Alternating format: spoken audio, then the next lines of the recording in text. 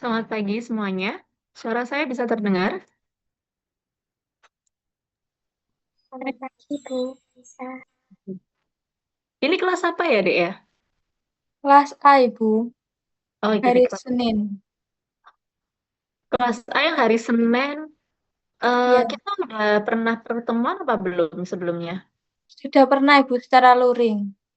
Oh, kita secara luring sudah pernah satu kali. Berarti ini pertemuan yang kedua ya? Iya, Ibu. Oke, baik.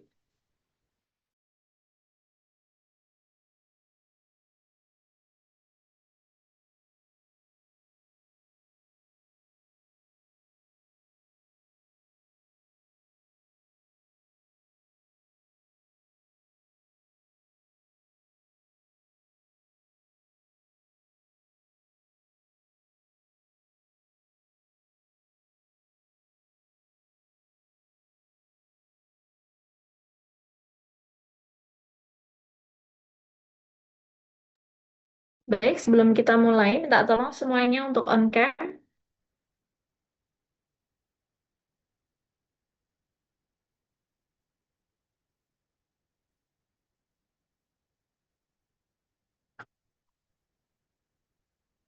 Pertemuan pertama kemarin kita sudah berbicara tentang apa?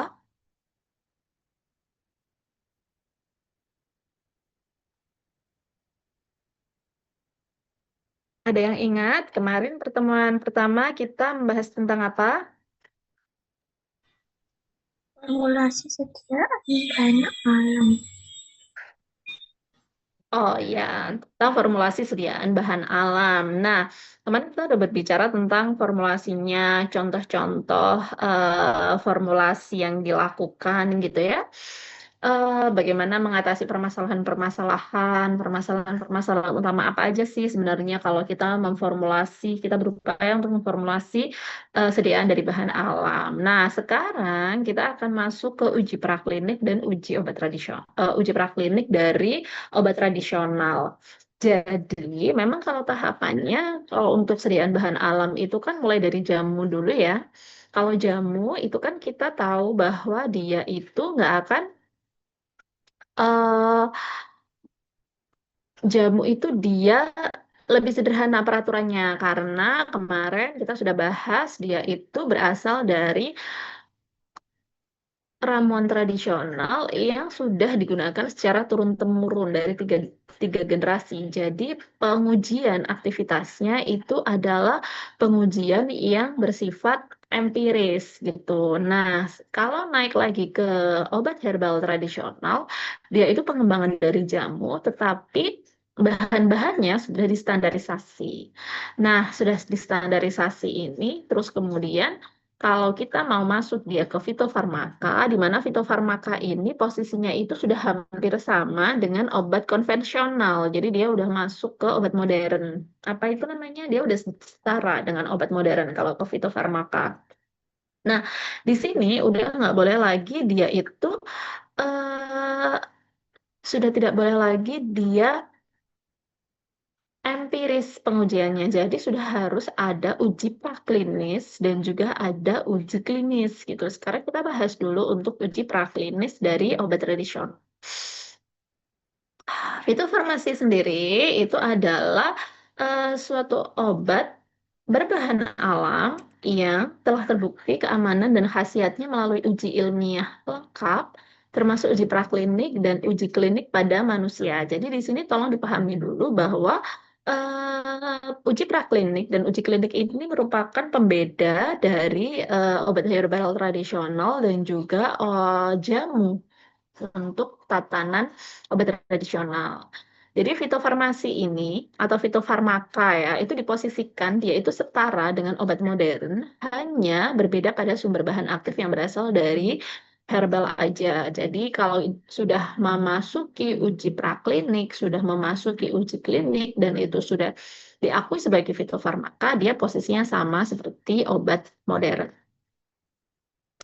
Ciri-ciri dari fitofarmasi itu sendiri, dia berbahan baku alam dari simplifia atau dari ekstrak gitu kan.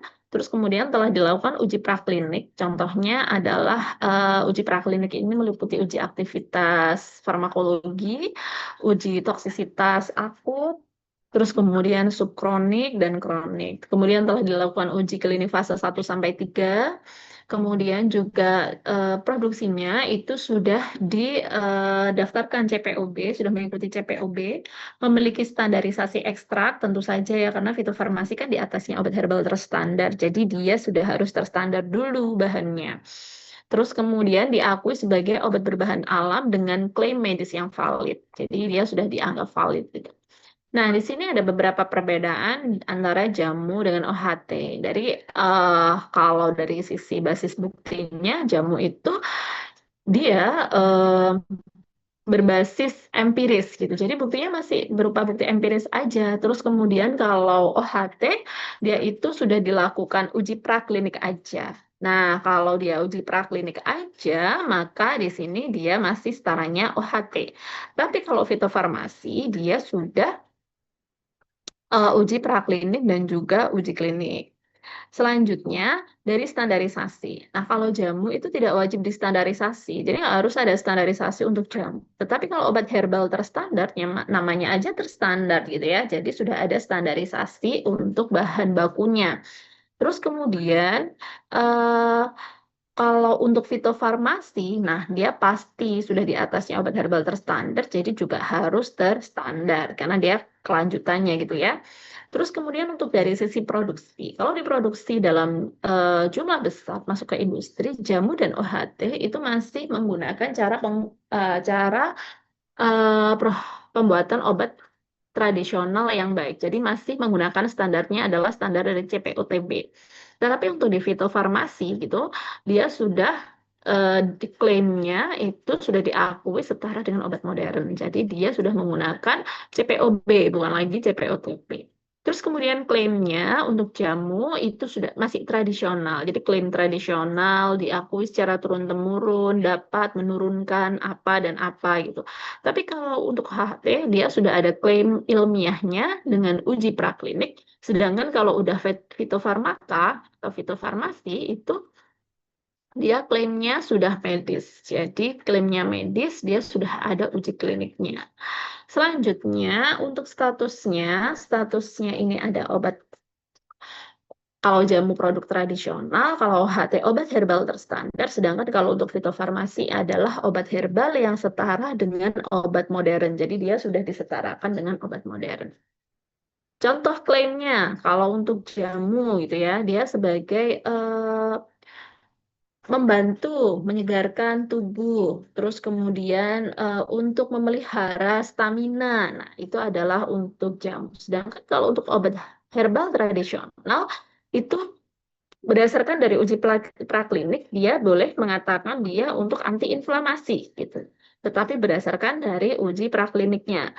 Tetapi kalau untuk fitofarmasi harus sudah ada uji klinik. Jadi dia boleh mengatakan apa dia gitu, tapi dia uji klinik. Posisi dari uji praklinik dalam drug development itu sendiri itu adalah dia untuk eh, menuju menjembatani untuk masuk ke fitofarmaka. Jadi setelah dilakukan standarisasi, dilakukan screening fitokimia, itu terus kemudian masuklah ke uji praklinik dan uji klinik. Terus kemudian bahan baku awalnya itu adalah simplisia atau dia juga bisa ekstrak yang merupakan bahan alami yang telah dikeringkan kalau simplisia dan diolah secara minimal. Jadi boleh dia berupa bagian tanaman apapun atau bagian hewan atau juga bisa dari bagian dari mineral. Maka di sini tahapan pentingnya tidak boleh terlewat. Yang pertama adalah identifikasi botani, yaitu memastikan spesiesnya benar. Melalui uji apa kalau untuk memastikan spesiesnya benar? Ada yang tahu? Misalkan kita mau membuat dari daun sukun gitu. Jangan sampai dia tertukar antara daun sukun atau daun cempeda atau mungkin daun yang lain gitu. Maka harus dilakukan uji apa? Untuk untuk memastikan identitasnya benar, spesiesnya benar. Izin Ada yang tahu menjawab, Ibu. ya? Uji karakterisasi. Ini masih dari sisi tanamannya, jadi belum masuk ke ekstraknya, belum sampai ke Yang rapid ibu. organoleptik. Itu kalau dia sudah bikin jadi simplisia. Kalau dari tanamannya, tanamannya dulu kan kita mau panen nih. Mikroskopis. Mikroskop. Belum, kalau mikroskopis itu kan dia udah jadi simplisia. Kalau dari tanamannya dulu kita memastikan ada yang namanya uji determinasi. Nah, uji determinasi itu adalah uji yang memastikan dia itu eh, uji determinasi itu memastikan identitas dari tanamannya benar. Jadi, diuji apanya? Yang diuji, mungkin kalian udah pernah dapat materi botani farmasi ya? Sudah pernah apa belum? Botani farmasi. Belum, Ibu. Mungkin masuk ke farmakognosi ya. Jadi kalian melihat dari daunnya, dilihat dari buahnya, dari bunganya, terus kemudian dilihat dari akarnya gitu. Dilihat ini daunnya menyirip atau dari daunnya menjari. Terus kemudian dilihat lagi apa itu namanya bunganya, kelopaknya bagaimana. Terus kemudian dia dikelompokkan. Oh, memang benar ini adalah eh, daun sukun gitu, bukan daun cempedak. Karena kan golongannya Artocarpus itu kan banyak ya, ada Artocarpus altilis, Artocarpus cempedens dan lain sebagainya. Jangan sampai kita harapannya ingin memanen Artocarpus altilis atau sukun, tapi ternyata yang kita panen yang lainnya gitu. Nah, itu jangan sampai terjadi. Nah, ini adalah identifikasi botani dengan melakukan determinasi. Terus kemudian proses pembuatan dari simplisia itu sendiri. Ada sortasi basah. Sortasi basah, kalian pasti sudah mengenal ya proses pembuatan simplisianya. Terus kemudian dilakukan pengeringan. Apa itu namanya penggilingan untuk mengecilkan ukuran partikel. Nah, pengecilan ukuran partikel ini adalah salah satu proses untuk meningkatkan efektivitas dari eh, ekstraksi gitu ya. Jadi untuk meningkatkan yang kita katakan dia sebagai permukaan, meningkatkan ukuran partikel, meningkatkan permukaan, luas permukaan. Untuk meningkatkan luas permukaan. Jadi kalau misalkan dia itu semakin kecil, maka luas permukaannya semakin besar gitu ya, semakin luas gitu. Jadi untuk meningkatkan efektivitas antara eh, permukaan dari simplisia yang bertemu dengan solvent sehingga dia bisa terekstraksi dengan lebih efektif. Terus kemudian adanya penetapan mutu awal gitu ya. Kemarin kalian sudah mengetahui terkait dengan standarisasi. Jadi ada standarisasi spesifik dan standarisasi non spesifik. Jadi misalkan ada kadar air, kemudian cemaran mikroba, kontaminan, ada logam berat, kemudian ada apa lagi kemarin cemaran fisik dan lain sebagainya. Jadi di sini harapannya adalah proses pembuatan simplisia itu dilakukan untuk menghasilkan bahan baku yang dia itu konsisten. Konsisten apanya? Termasuk konsisten efektivitasnya, konsisten mutunya, dan juga dia seperti itu. Terus selanjutnya ada ekstrak terstandar. Nah, ekstrak terstandar ini adalah simplisia, hasil dari ekstraksi simplisia dengan menggunakan pelarut yang sesuai. Nah, di sini hasil ekstraksi ini juga harus distandarisasi karena untuk menjaga supaya kandungan zat aktifnya atau mungkin marker compoundnya, kalau misalkan tidak tahu kita zat aktifnya itu apa, itu marker compoundnya terstandar gitu ya, memiliki kadar yang standar. Kemudian profil kimia atau fingerprinting kemarin kita udah bahas, fingerprintingnya itu juga sesuai gitu, kita tidak salah. Terus kemudian standar mutunya terpenuh. Jadi tujuannya adalah menghasilkan bahan baku ekstra yang dia stabil mutunya, konsisten, dan juga dapat reproducible. Reproducible itu artinya apa? Dia terstandar ya. Terstandar itu artinya dia tidak eh, dia mutunya sama antar satu batch dengan batch yang lain.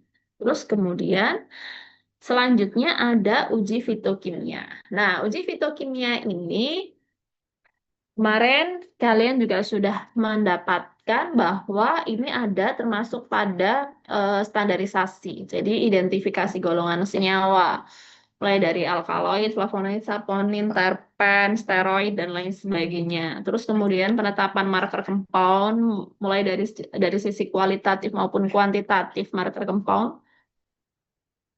Kemudian profiling fingerprinting, kemudian proses pemurnian.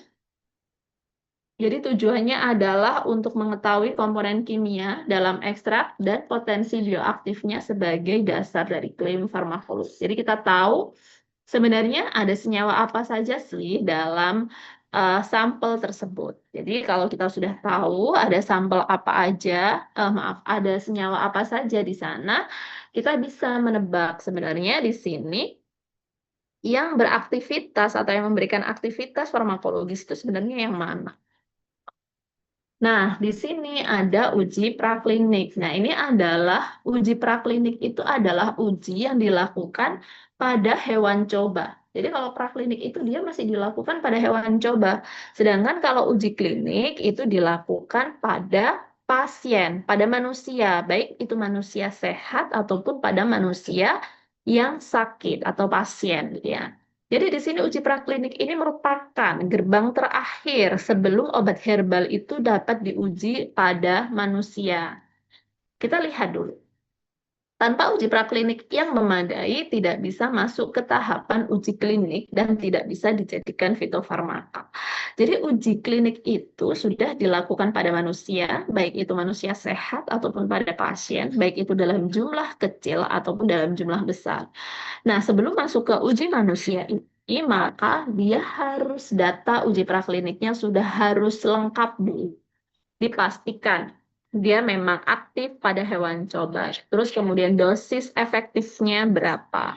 Terus kemudian dia juga dipastikan tidak toksik. Nah, setelah dipastikan data-data uji prakliniknya pada hewan coba itu sudah dapat, baru kemudian boleh sama BPOM gitu ya, karena uji klinik itu kan harus didaftarkan pada BPOM. Itu baru bisa disetujui oleh Badan POM untuk melakukan uji klinik. Jadi di sini tujuan dari uji praklinik itu sendiri adalah yang pertama untuk membuktikan secara ilmiah bahwa ekstrak itu aman untuk dikonsumsi. Terus kemudian dia memastikan khasiatnya secara biologis. Jadi ini yang pertama itu kan kalau kita berbicara terkait dengan obat itu yang pertama itu kan harus aman dulu ya. Makanan juga yang pertama itu harus aman dulu. Aman itu artinya dia tidak toksik. Kalau ini dikonsumsi, kalau ini digunakan, dia tidak menyebabkan terjadinya toksisitas atau tidak menyebabkan terjadinya kesakitan. Ya, terus kemudian dia membuktikan khasiatnya secara biologis. Jadi memang klaimnya apa tadi? Klaimnya adalah misalkan dia sebagai antiinflamasi. Kalau dia sebagai antiinflamasi, dari sisi Dari sisi uji aktivitas terhadap hewan itu gimana? Dia memang di hewan cobanya dia benar benar nggak dia aktivitasnya antiinflamasinya itu aktif apa enggak kan? Terus kemudian yang lebih penting lagi itu adalah juga menentukan tentang dosis amannya atau dosis efektif untuk manusia. Jadi berapa sih dosisnya? Jadi setelah kita mendapatkan dosis pada hewan coba itu kita bisa kita bisa mengkonversi. Kalau dia hewan cobanya adalah tikus atau mencit, maka kita bisa mengkonversi itu ke dosis manusia. Ke dosis manusia. Jadi ini nanti yang akan menjadi dasar bagi Badan POM untuk menentukan apakah ini nanti diizinkan untuk uji klinik pada manusia atau tidak. Jadi semua data ini harus diamankan dulu, baru kemudian bisa kita lakukan pendaftaran untuk uji uh, kliniknya.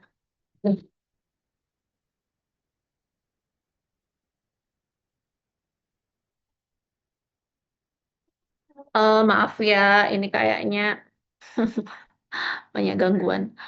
Oke, selanjutnya adalah uji farmakologi. Kita lihat dulu untuk uji farmakologi. Jadi diem dulu ya, suaranya masuk. Oke. Jadi di sini dilakukan uji farmakologi yang dilakukan pada hewan ya. Jadi sesuai dengan aktivitasnya yang dituju. Aktivitasnya apa tadi? Apakah anti diabetes, antiinflamasi, untuk hepatoprotektif, terus kemudian analgesik atau yang lain gitu. Jadi sesuai dengan farmakologi. Jadi kita menyesuaikan metode pengujiannya itu juga harus sesuai induktornya sesuai, hewan cobanya sesuai, terus kemudian apa itu namanya untuk pengujiannya juga sesuai. Nah, ini semuanya disesuaikan dengan uji apa farmakologi yang dia harapkan. Terus kemudian selain uji farmakologi ada juga uji toksisitas. Nah, di sini tadi karena kan memang tujuan dari uji praklinik itu yang pertama untuk membuktikan efektivitasnya dan membuktikan keamanannya. Nah, membuktikan efektivitas dan membuktikan keamanannya itu melalui uji farmakologi dan melalui uji toksisitas.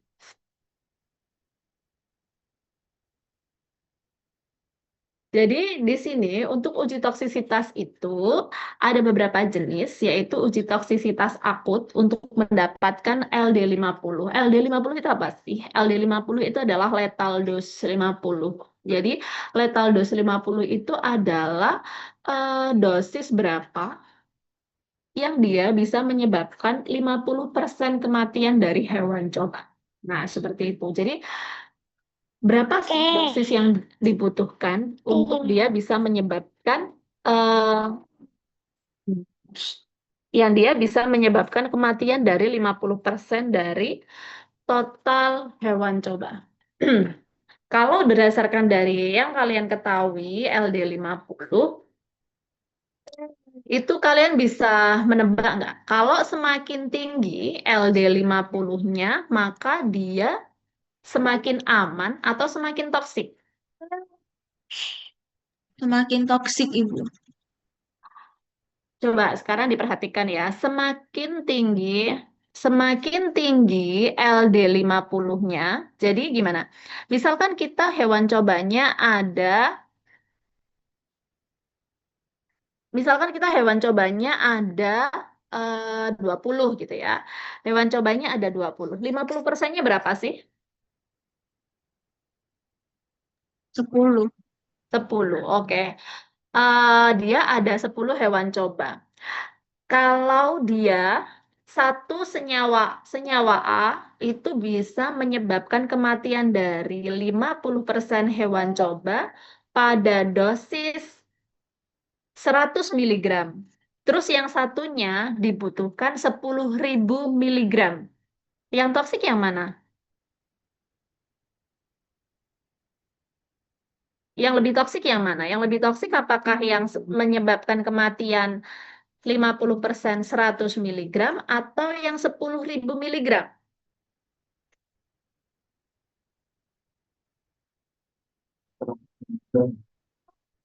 Yang mana? 100 miligram. Ya, yang lebih toksik adalah dia yang 100 miligram. Jadi semakin tinggi LD50-nya, dia semakin aman. Atau justru malah pada percobaan itu, misalkan dia digunakan dosis 5 miligram, 50 miligram, 500 miligram, 5.000 miligram, 50.000 miligram. Ketika 50.000 miligram, dia masih belum menyebabkan kematian hewan coba satupun, maka dia dianggap aman gitu ya. Tapi kalau ternyata di 5 miligram itu sudah yang mati udah 4, udah 5. Nah, ini harus ditanda tanya gitu ya. Ini sebenarnya Jangan-jangan memang dia setoksik itu gitu. Apalagi nanti kalau dibikin dia sediaan gitu. Pada dosis yang digunakan harusnya dia efektif, ternyata selain dia efektif dia juga toksik seperti itu. Terus kemudian itu adalah untuk toksisitas akut. Nah, nanti kita bahas ya toksisitas akut seperti apa. Terus kemudian selain itu ada juga dia yang toksisitas subkronis. Nah, toksisitas subkronis itu dia digunakan dilakukan dalam waktu 28 hari. Jadi untuk melihat efek dari organnya dia seperti apa, terus kemudian dari sisi hematologinya bagaimana, terus kemudian juga dari biokimianya, histopatologi. Jadi dengan paparan berulang sepanjang 28 hari itu ada nggak dia pengaruh terhadap organ-organnya? Ada nggak dia itu mempengaruhi pada tubuhnya gitu ya, histopatologi, hematologi dan lain sebagainya. Kemudian ada sel toksisitas kronis, ini dibutuhkan. Jadi untuk melihat selama paparan dalam jangka waktu lama, mungkin ini adalah yang dia klaimnya untuk yang penyakit-penyakit degeneratif sehingga dia membutuhkan eh, penggunaan dalam jangka waktu lama itu dia dilakukan selama 6 bulan.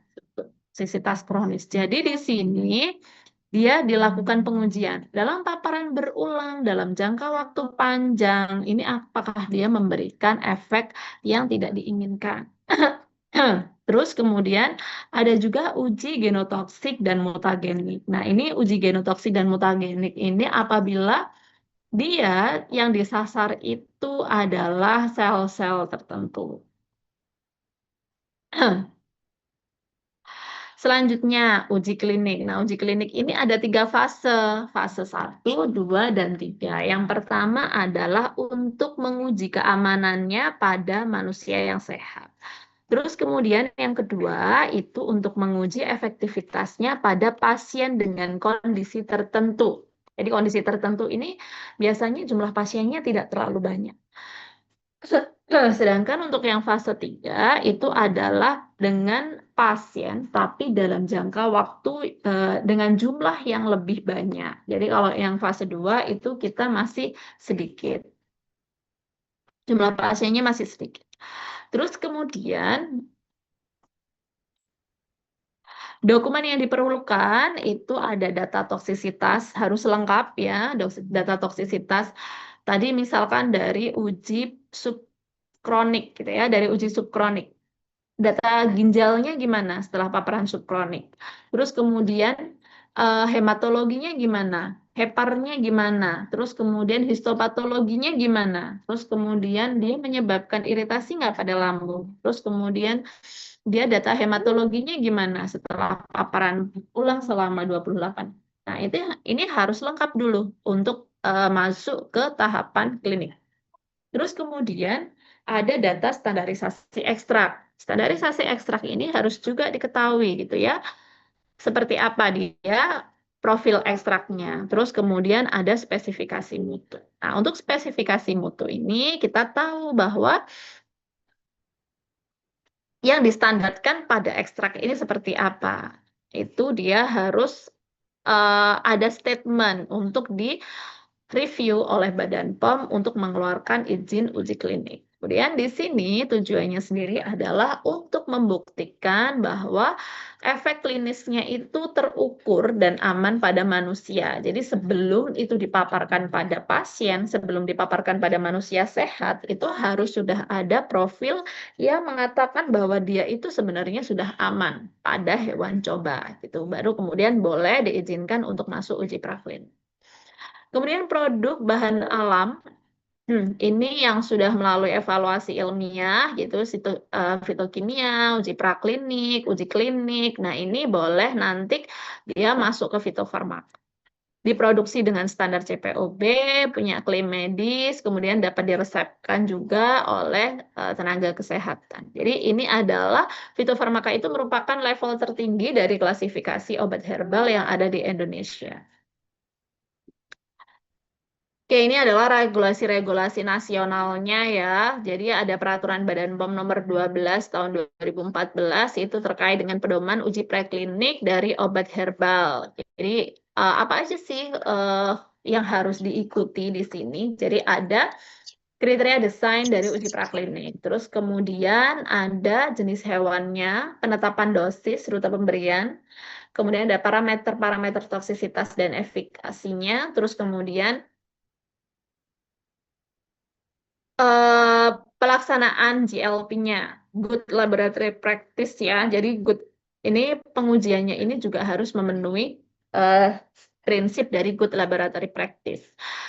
Jadi ada dilakukan validasi metodenya, ada kualifikasi datanya, terus kemudian ada standar operating prosedur dan pelaporan yang dapat diaudit.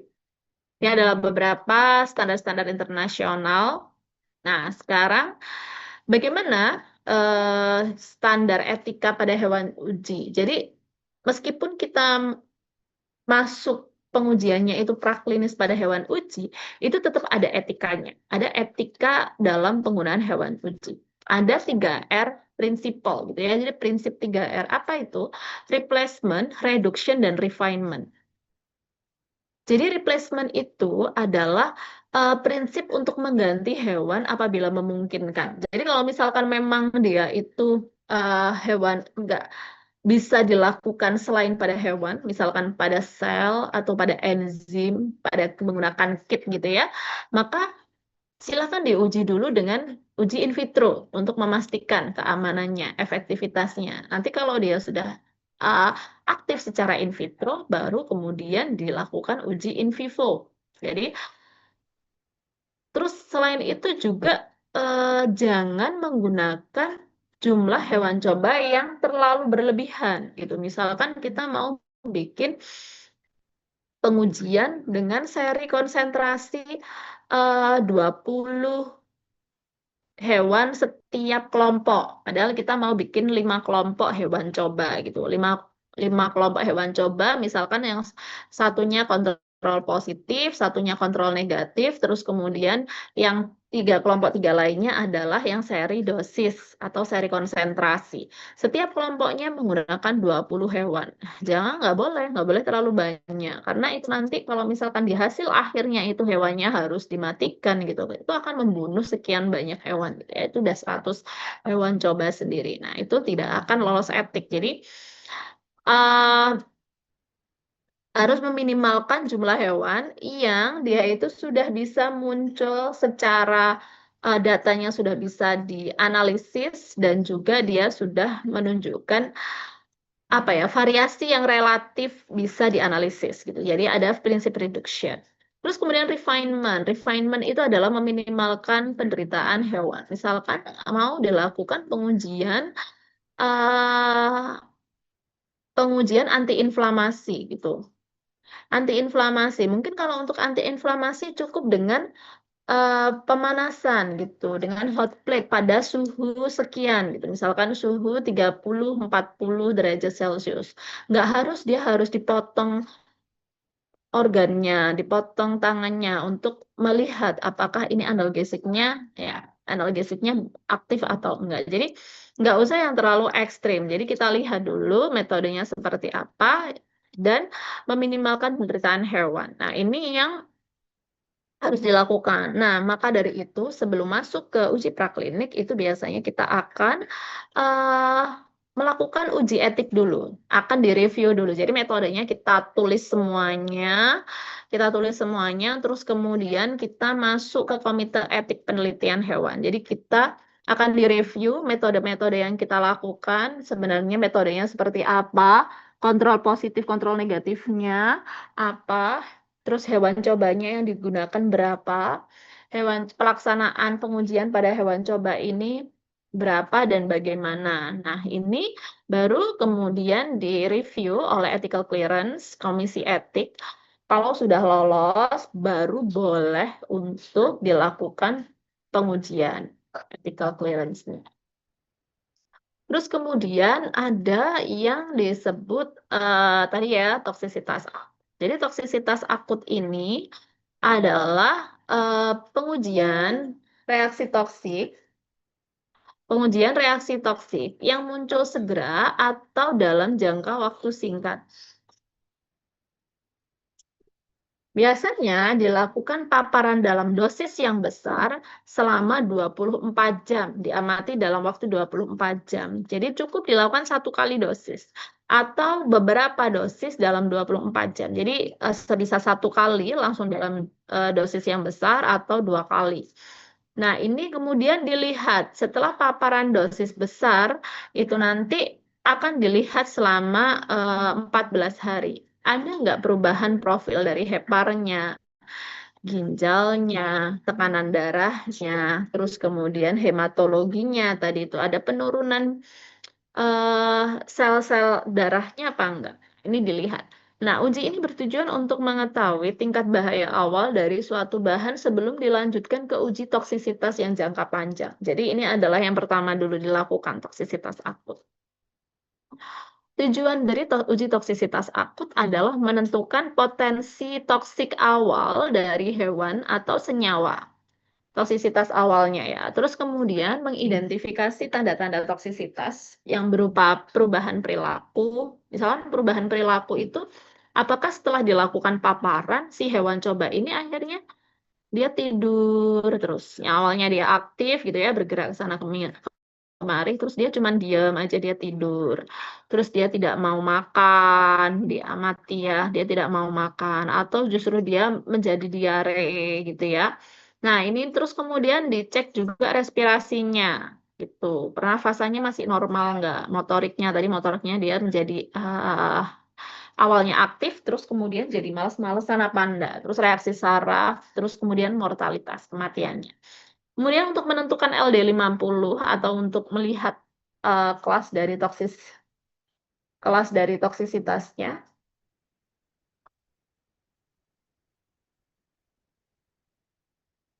melihat dari kelas toksisitasnya, terus kemudian menentukan batas dosis aman untuk uji subkronik ya. Jadi sebelum nanti masuk ke uji subkronik dalam paparan waktu yang lebih panjang, itu di uji toksisitas akutnya sudah diketahui dia keamanannya bagaimana. Terus kemudian menjadi dasar penentuan NOEL atau LOEL. NOEL itu adalah No Observed Adverse Effect Level. Jadi ada nggak sih adverse effect yang dia tidak teridentifikasi? Terus kemudian lowest observed adverse effect level. Jadi yang terendah. Jadi ada nggak sih adverse effect yang paling rendah yang dia itu bisa terobservasi atau teramati. Terus kemudian ada persyaratan wajib juga untuk menjadi bahan baku fitofarmaka. Jadi ini mau tidak mau dia harus dilakukan karena menjadi persyaratan wajib gitu ya. Ini adalah metode resminya, silakan bisa kalian akses sendiri nanti untuk metode-metode resminya. Terus kemudian parameter yang diamati. Parameter yang diamati apa aja? Parameter klinis, itu ada tadi ya, aktivitas motorik, kemudian bila ereksi, tremor nggak, salivasi nggak, lakrimasi nggak, respirasinya gimana, perubahan, ada berubah nggak, terus kemudian posturnya normal apa enggak. Terus kemudian ada parameter fisiologis. Parameter fisiologis ini setelah diberikan paparan dia, terus kemudian diamati tadi dalam jangka waktu 14 hari ya, itu ada perubahan berat badan nggak? Intake makanannya gimana? Suhu tubuhnya berubah nggak? Terus kemudian ada parameter mortalitas, ada nggak yang dia itu mati akhirnya? Kemudian ada pemeriksaan nekropsi, yaitu kalau misalkan ada yang mati, terus kemudian dibedah gitu ya, dibedah untuk melihat bagaimana organnya. Apakah ada perubahan atau ada yang rusak, seperti itu. Jadi di sini sebenarnya kalau uji histopatologi itu sangat spesifik ya. Kalau misalkan dia dicurigai ada organ tertentu yang ternyata rusak gitu ya, maka itu bisa dilakukan uji histopatologi. Misalkan senyawa ini dicurigai dia menyebabkan terjadinya iritasi lambung, maka lambungnya diambil, terus kemudian dibedah, terus dilihat benar nggak terjadi perlukaan di lambungnya. Nah, itu histopatologinya. Jadi apabila ditemukan indikasi ada target organ yang dia damage gitu ya, jadi yang dia rusak, baru itu dilakukan histopatologi. Terus kemudian ada interpretasi hasil berdasarkan dari kelas toksisitas. Kalau misalkan dia lethal dose-nya itu kurang dari 5 miligram per kilogram berat badan, maka dia sangat toksik. Nah, ini ya, lebih dari 5.000 miligram per kilogram berat badan, dia dikatakan non-toksik. Jadi dia tidak toksik. Nah, lihat kenapa kemudian uji akut itu penting. Maka di sini, karena bahan herbal itu belum memiliki basis toksikologi yang tepat gitu ya, basis toksikologinya masih belum kuat. Kemudian ekstrak yang mengandung ekstrak yang mengandung metabolit sekunder itu bisa jadi dia aktivitasnya hepatotoksik, memiliki senyawa yang hepatotoksik, terus kemudian juga dia neurotoksik atau toksik-toksik yang lain ya. Terus kemudian itu dia juga mengandung saponin yang tinggi, dan dia diwajibkan oleh Badan POM untuk menjamin keamanan dosis ketika uji farmakologinya sudah dikatakan aktif. Nah, outputnya dari uji toksisitas akut itu adalah LD50, profil toksisitasnya, organ targetnya, dan kemudian rekomendasi dosis untuk uji subkronis. Jadi uji uji toksisitas akutnya sudah oke, sudah disetujui, baru kemudian kita jalan ke uji subkronik. Nah, uji subkronik itu dilakukan paparan dalam jangka waktu 28 hari. Jadi dia paparan berulang, pemberian tunggal setiap hari sekali, dan ini untuk melihat apakah setelah paparan akutnya itu, setelah paparan berulang itu dia memberikan aktivitas toksisitas atau tidak. Nah, di sini dia untuk menilai efek toksik akibat dari pajanan berulang dalam jangka waktu yang relatif pendek, jadi hanya 1 bulan. Terus kemudian juga menentukan target organ toksiknya. Jadi sebenarnya dia yang toksik itu di organ mana? Sebentar ya, sebelum saya lanjutkan, saya off sebentar sih.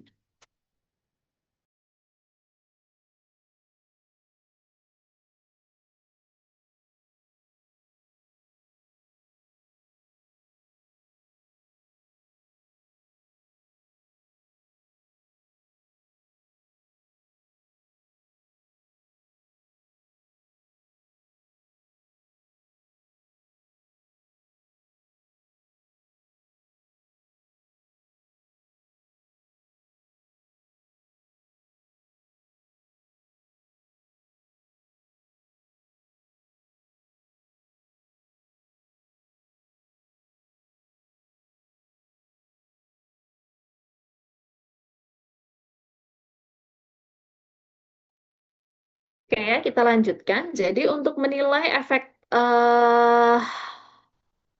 target organnya tadi, organ mana sih sebenarnya yang paling rentang terhadap pemberian dari ekstrak tersebut. Terus kemudian untuk menentukan Noel tadi, no observe adverse effect level gitu sebagai dasar perhitungan dosis awal. Terus mengidentifikasi perubahan fungsi fisiologis akibat adanya akumulasi senyawa aktif gitu ya. Kalau dipaparkan berulang dalam jangka waktu 28 hari, dalam jangka waktu 1 bulan, itu kan pasti dia ada apa ya, akumulasi ya, ada akumulasi senyawa di sana. Maka dilihat ada nggak perubahan fungsi fisiologis dalam tubuh hewan coba itu.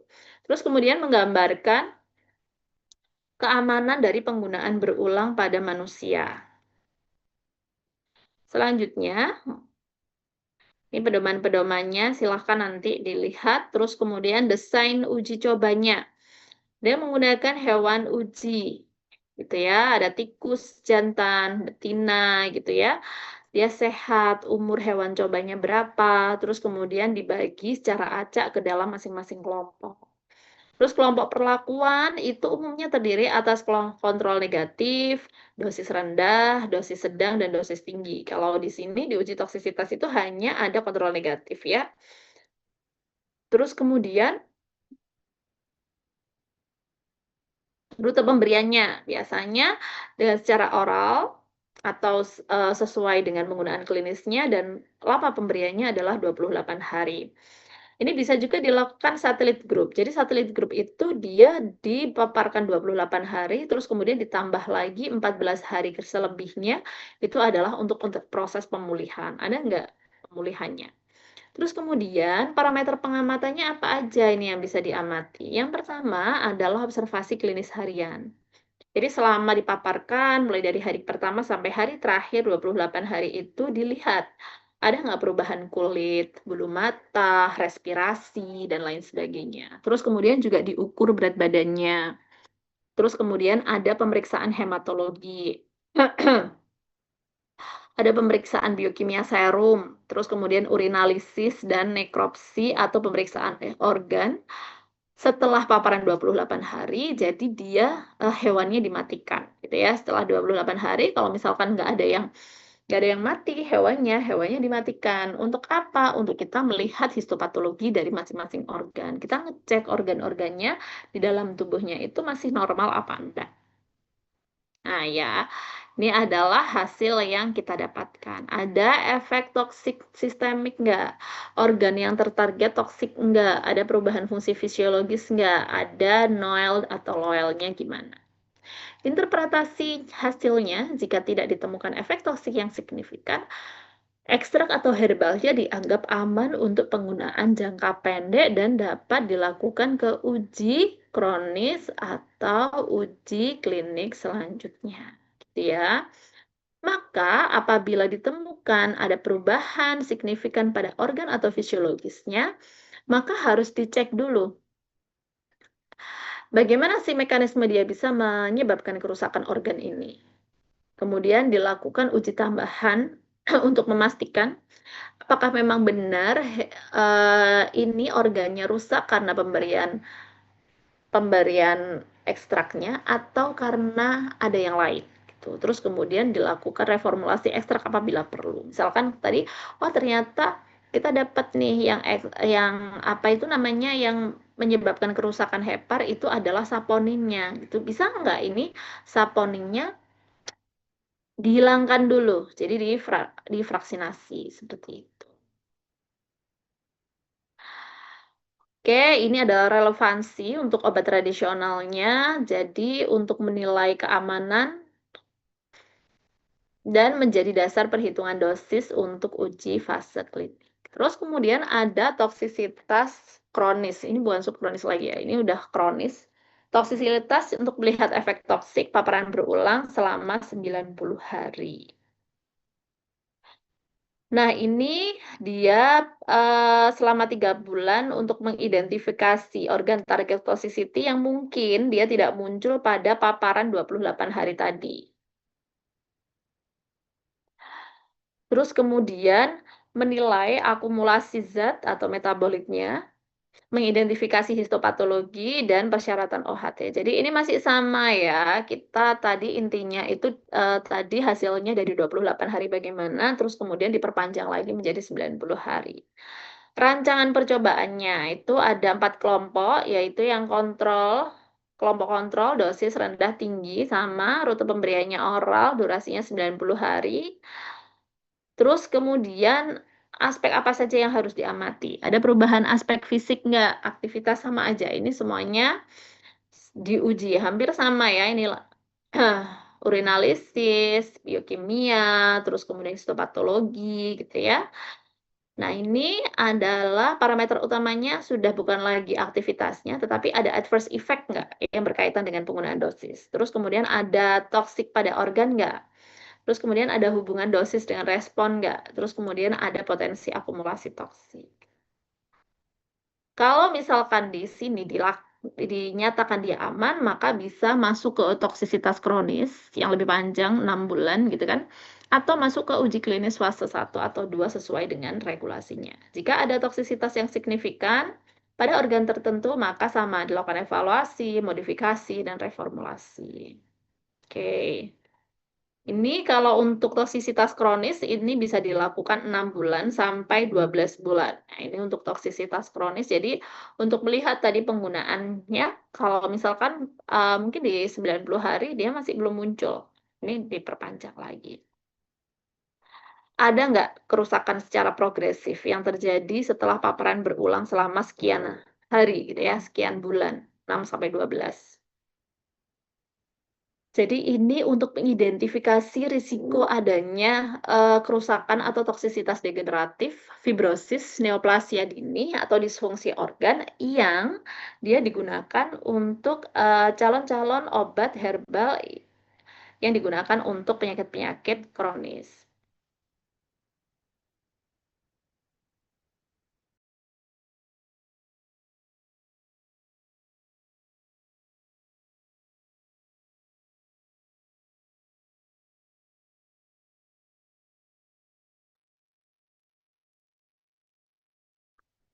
Nah, studi toksisitas kronis ini masih mirip dengan subkronis gitu ya. Hewan cobanya hampir sama. Pokoknya ini semuanya sama, cuman desain studinya dia diperpanjang.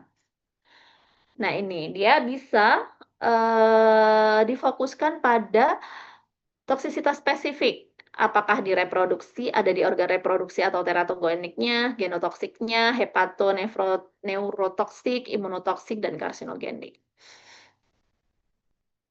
Oke ya, ini adalah beberapa tujuannya untuk melihat apakah ada efek pada kesuburan, organ reproduksi, kehamilan, perkembangan embrio, struktur anatomi janin, apakah mempengaruhi hal-hal seperti itu.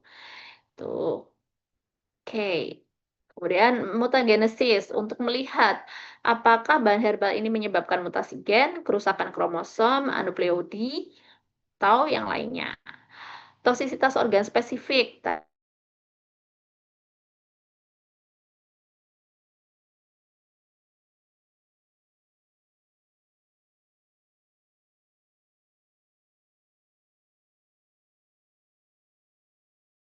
Sensasi enggak gitu.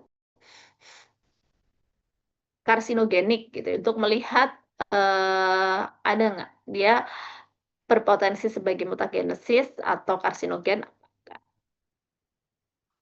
Nah, selanjutnya adalah uji farmakologi. Jadi di sini pengujian hewan coba untuk membuktikan bahwa ekstrak itu memiliki klaim terapik yang sesuai dengan yang diharapkan. Jadi tadi udah uji toksisitas mulai dari akut, subakut, terus kemudian subkronik, kemudian kronik. Nah, sekarang uji efektivitas dari farmakologi. Jadi ini untuk membuktikan efek terapeutik yang diklaim itu memang sudah bagus, kemudian menilai mekanisme aksinya seperti apa, menentukan dosis aktifnya atau dosis efektifnya berapa, terus menjadi dasar formulasi dan standarisasi ekstrak dan juga merupakan syarat dari OHT ke fitofarmaka.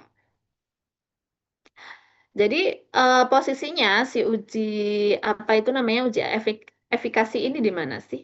Uji efikasi ini dilakukan setelah dilakukan uji screening fitokimia. Jadi biasanya akan dilakukan uji aktivitas dulu, baru kemudian dilakukan uji toksisitas. Kenapa? Ya karena harus dibuktikan dulu bahwa si ekstrak itu aktif. Kalau dia nggak aktif, kenapa kita uji toksisitasnya? Karena nggak akan kita pakai juga nantinya, gitu kan? Nah, di sini dilakukan harapannya adalah setiap batch-nya itu nanti hasilnya akan konsisten dan reproducible. Ini ada yang disebut sebagai uji in vivo. Uji in vivo itu adalah uji pada hewan coba. Jadi ini dilakukan pada apa itu namanya? Pada mencit, pada tikus, pada kelinci seperti itu ya. Jadi dia keunggulan dari uji in vivo ini adalah dapat mengevaluasi uji sistemik dan mekanismenya secara mendalam karena langsung di hewan coba gitu ya. Sedangkan ada dilakukan uji in vitro. Uji in vitro ini adalah uji yang dilakukan pada sel, jaringan, organ tertentu atau enzim yang dia sudah diambil dari hewannya. Jadi sel mungkin kultur sel ya. Kalau bakteri itu kita kultur dulu. Semuanya diujikan organnya. Terus kemudian baru diujikan. Contohnya adalah uji antioksidan, inhibisi enzim, kultur sel, hepatosit, uji cancer gitu ya, MTTSC. Keunggulannya apa? Dia cepat, murah, etis, dan memudahkan screening awal untuk bisa melihat dia aktivitasnya ini sebenarnya kemana. Tapi uji in vitro ini juga diandalkan untuk melihat mekanisme aksi, gitu ya. Jadi dia masih sangat dibutuhkan. Nah, kalau uji ex vivo itu adalah mengambil jaringan atau organ yang diambil dari hewan coba. Jadi contohnya adalah uji antispasmodik dari ileum, tapi ileumnya itu yang sudah diambil dari tikus gitu. Jadi ileumnya diambil dulu terus kemudian baru dipaparkan pada parameternya sangat tergantung pada jenis pengujian yang dilakukan ya. Kemudian parameter kualitatifnya juga demikian gitu. Apa saja yang diamati? Perilaku hewan, respon nyeri, perubahan aktivitas seperti itu. Bagaimana histopatologi jaringan? Nah, itu yang dilakukan. Nah, ini untuk melihat berapa sih dosis dia yang efektif untuk memberikan aktivitasnya. Dosis optimalnya, berapa dosis optimal memberikan efek yang terbaik tanpa muncul uh, toksisitasnya, seperti itu. Jadi di sini ada kontrol yang harus dilakukan. Yang pertama adalah kontrol negatif, yaitu kelompok hewan yang tidak diberi sampel atau tidak diberi senyawa. Kemudian ada kontrol positif. Dia itu adalah uh, obat standar. Jadi kalau kontrol positif itu ya berarti dia obat yang sudah dinyatakan dia aktif. Misalkan kalau untuk antihipertensi ya berarti kontrol positifnya bisa menggunakan amlodipin. Kalau analgesik gitu, jadi kontrol positifnya bisa menggunakan asam efenamat atau menggunakan diklofenak seperti itu. Jadi ini untuk kontrol negatif dan untuk kontrol positif ini adalah untuk melihat, nanti untuk membandingkan apakah sampel atau ekstrak yang kita uji itu dia itu gimana dibandingkan dengan kalau dia tidak dikasih senyawa atau justru kalau dikasih senyawa dia menjadi lebih aktif atau tidak. Kemudian ada kontrol normal ya yang tidak diinduksi penyakit gitu ya. Terus kemudian ada kontrol perlakuan. Jadi kontrol ini untuk memastikan hasil pengujian kita valid secara. Oke, saya rasa itu materi kita pada hari ini untuk uji toksisitas dan uji toksisitas dan uji farmakologi yang merupakan bagian dari uji praklinik sebelum nanti masuk ke uji klinik. Oke, mungkin dari sini kita cukupkan dulu, bisa kita akhiri kuliah kita hari ini. Untuk sesi diskusi dan tanya jawabnya mungkin kita nanti hari Senin aja ya. Oke, kita akhiri. Terima kasih. Wassalamualaikum warahmatullahi wabarakatuh.